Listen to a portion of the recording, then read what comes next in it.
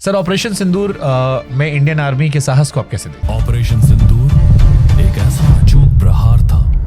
हमने बालाकोट से कुछ सबक सीखे, क्योंकि बालाकोट के बाद लोग पूछते रहे कि सबूत कहाँ है, सबूत कहाँ है। भारत कह रहा था यहाँ पे सर्जिकल स्ट्राइक हुए हैं, यहाँ तो कुछ भी नहीं हुआ। एक लाश हमें नजर आई है और वो लाश है इस कब्र की। तो हमें भी मतलब दिखाइए क्या हुआ। किसी को विश्वास नहीं हो कि हमने कोई कार्रवाई की है, तो उससे सीख लेते हुए इस बार हमने सबूत भी दिखाया।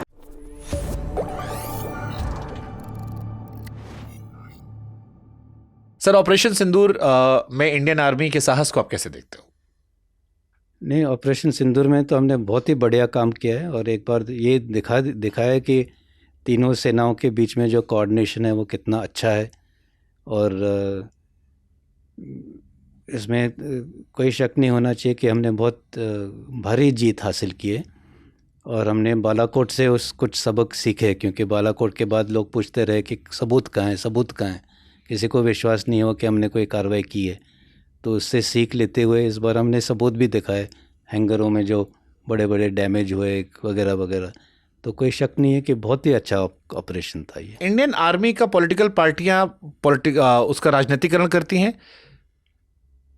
जैसे सबूत वाली बात हुई, इंडियन आर्मी की तरफ से कहा गया कि हमने हमला किया, सबूत मांग गया, या तो दोनों साइड से पूछ रहा हूं मैं, क्या सरकार उनके काम को बढ़ा चढ़ाकर राजनीतिक लाभ लेती है, या विपक्ष आर्मी की जो योग्यता है उसको लेकर क्वेश्चन करती है? क्या ये दोनों में से दोनों गलत है? तो मैं तो हमेशा यही कहता आ रहा हूँ कि राजनीतिकरण नहीं करना चाहिए। आर्म्ड फोर्सेस को हमें पॉलिटिक्स से दूर ही रखना चाहिए, क्योंकि वही हमारे देश की एक शक्ति है। अगर आप पड़ोसी देश देखो, जहाँ जहाँ आर्मी पॉलिटिक्स में घुसी है, उनका नुकसान नहीं हुआ है। तो ये टू वे ट्रैफिक होता है, वो भी हमें बीच में ना लाए, और हमारी भी कोशिश होगी कि हम बीच में ना पड़े, और यही सबके लिए बेहतर होगा। लास्ट क्वेश्चन सर, आपने 40 साल से अधिक देश की सेवा की। हर सफलता जो है वो कुर्बानियां लेकर आती है। आई एम श्योर आपने बहुत सारा त्याग परिवार के क्षेत्र में किया होगा। कभी ऐसा कोई लम्हा जिसका आपको मलाल हो कि आपको परिवार में होना चाहिए था, आप नहीं रहे जब आप देश की सेवा कर रहे थे? एक इंडिविजुअल इंस्टेंस तो नहीं, लेकिन ज़रूर ऐसे महसूस होता है कि जब बच्चे बड़े हो रहे थे तो हर वक्त तो नहीं थे। और ख़ास करके जो शुरुआती साल होते हैं, मैं कहूँगा 5 साल की उम्र तक, जहाँ तकरीबन रोज़ाना ही कुछ नया बच्चा करता है।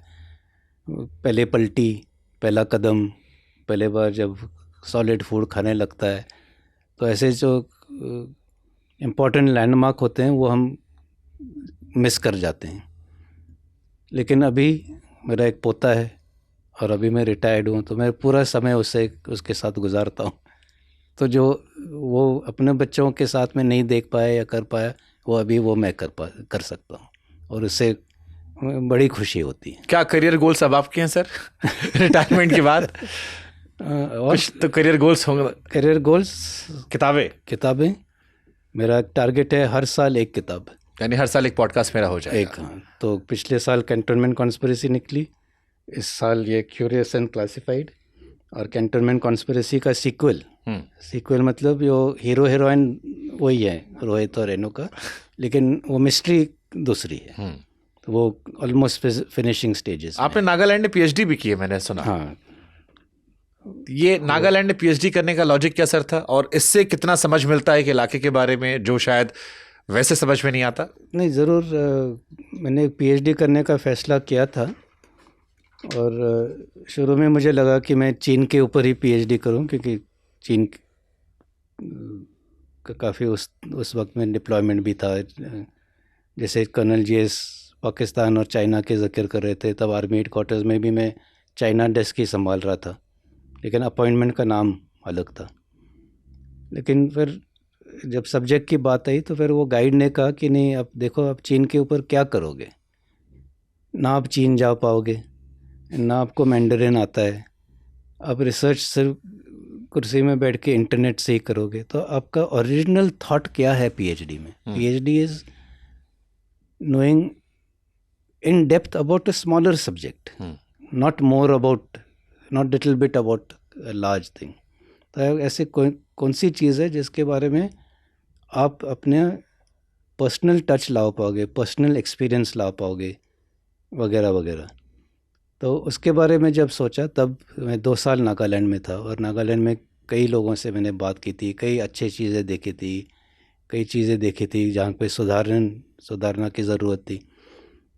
और फिर जब मैंने ये आइडिया दिया कि ठीक है भाई मैं नागालैंड में करता हूँ जहाँ इंसर्जेंसी भी है, और मैं इंसर्जेंट ग्रुप के लीडर से भी मैं मिल चुका हूँ, वो चीफ मिनिस्टर गवर्नर से भी मिल चुका हूँ। वहाँ पे मैंने सारे मेरे नीचे जो लोग थे उनके एरियाज़ देखे हैं, वहाँ के सरपंचों से बात की, आम आदमी से बात की। तब उन्होंने कहा कि ये देखो अब आप सही लाइन पे आ रहे हो कि अभी आपका पर्सनल और ऑन फील्ड रिसर्च होगा। तो क्या निकला यूनिक, अगर कुछ शेयर करना चाहें इस पीएचडी में जो आपको यूनिकनेस लगी हो नागालैंड से? तो वो सब्जेक्ट ही इसको मतलब क्लियर कर देता है कि सब्जेक्ट था harmonising Naga customs traditions and institutions for the modern era to usher in peace and development. तो मेरा थीसिस यही था कि जो रीत रिवाज वो अभी भी फॉलो कर रहे हैं, जो सदियों से आ रहे हैं, वो एक्चुअली डेवलपमेंट के लिए पाबंदी है। और जब तक वो अपने आप को वो नहीं बदली करेंगे तब तक जो है वो उनका डेवलपमेंट नहीं होगा, और डेवलपमेंट नहीं होगा तो इंसर्जेंसी रहेगी। वो सारा मतलब इंटरकनेक्टेड होता है, peace, development and law and order.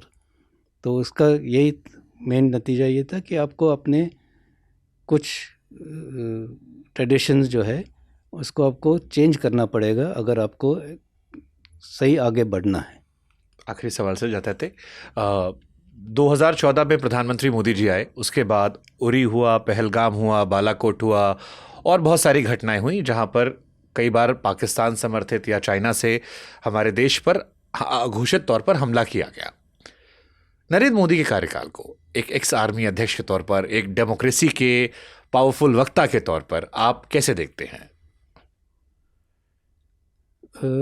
जब कभी हमारे के ऊपर कोई हमला हुआ है, ख़ास करके टेररिस्ट एक्शन एलसी के ऊपर पहले भी हुए हैं, तब भी हमें छूट दी गई थी कि आप जाके आप एक्शन कर सकते हो। तो ये नहीं है कि किसी 1 साल के बाद ही ये क्रॉस बॉर्डर एक्टिविटीज़ होने लगे हैं।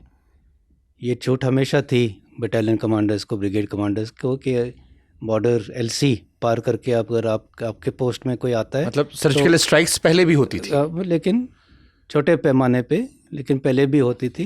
लेकिन जैसे मैं कह रहा हूँ ना, कल उस वक्त सोशल मीडिया भी नहीं था, बॉलीवुड ने फिल्में नहीं बनाई थी। ये कार्रवाई में जो कह रहा हूँ वो कारगिल से पहले थे। Kargil was first televised war. तो उसके बाद बहुत सारी चीज़ें बदल गई हैं और ज़्यादा लोगों को इसके बारे में जानकर। लेकिन पहले जब मैं कमांडिंग ऑफिसर था, मुझे याद है कि हमारे एक पोस्ट के ऊपर लोग आके 2 जवानों के गर्दन काट के निकल गए थे। तो उसका तो हमने बदला तो लिया ही लिया, सरहद पार जाके, लेकिन किसी को मालूम नहीं है। तो अब इसको ज़्यादा दिखाया जा रहा है? दिखाया नहीं, मैं क्या ये इन्फॉर्मेशन बाहर कैसे आ रही है? पहले क्यों नहीं आती थी, अब क्यों आ रही है? ये नहीं कि दिखाया जा रहा है, लेकिन वो जो माहौल बदल के है ना, वो रीच, डिजिटल एरा, वो सारी चीज़ें बदली। देश सुरक्षित हाथों में है? बिल्कुल 100%, इसमें कोई किसी को शक नहीं होना चाहिए। Okay, thank you so much sir. एक आखिरी सवाल इसी में समझ लेता हूँ। नहीं, आखिरी 3 सवाल हो गए। इसी में छोटा सा है, हाँ या ना बोल दीजिएगा। एक थ्योरी और आती है कि आप आर्मी चीफ हैं, आप रोज़ आप मिलेंगे नहीं मुझे। एक थ्योरी आती है कि चीन ने हमारे कुछ इलाकों में कब्जा कर लिया था। Is it true? क्योंकि उस वक्त आप ही थे, मैं पूछ सकता हूँ ये सवाल में। इसको मैं कितने बार इसका जवाब दे चुका हूँ। प्रधानमंत्री ने बोला है, defence minister, foreign minister, army chief, फिर भी अगर लोगों को भरोसा नहीं है तो, और जैसे मैं पहले क्या कहा था कि जब आपने देखा है कि पीएलए वाले वापस जा रहे हैं, तो इसमें डाउट क्यों आता है कि उन्होंने कब्जा किया है या नहीं किया? कोई डाउट नहीं सर। भारतीय जवानों के लिए कुछ कहना चाहेंगे? यही कि डटे रहो, और जैसे उन्होंने मेरा पूरा साथ दिया है उसी तरह अपने अधिकारियों का साथ देते रहो आगे जाके भी।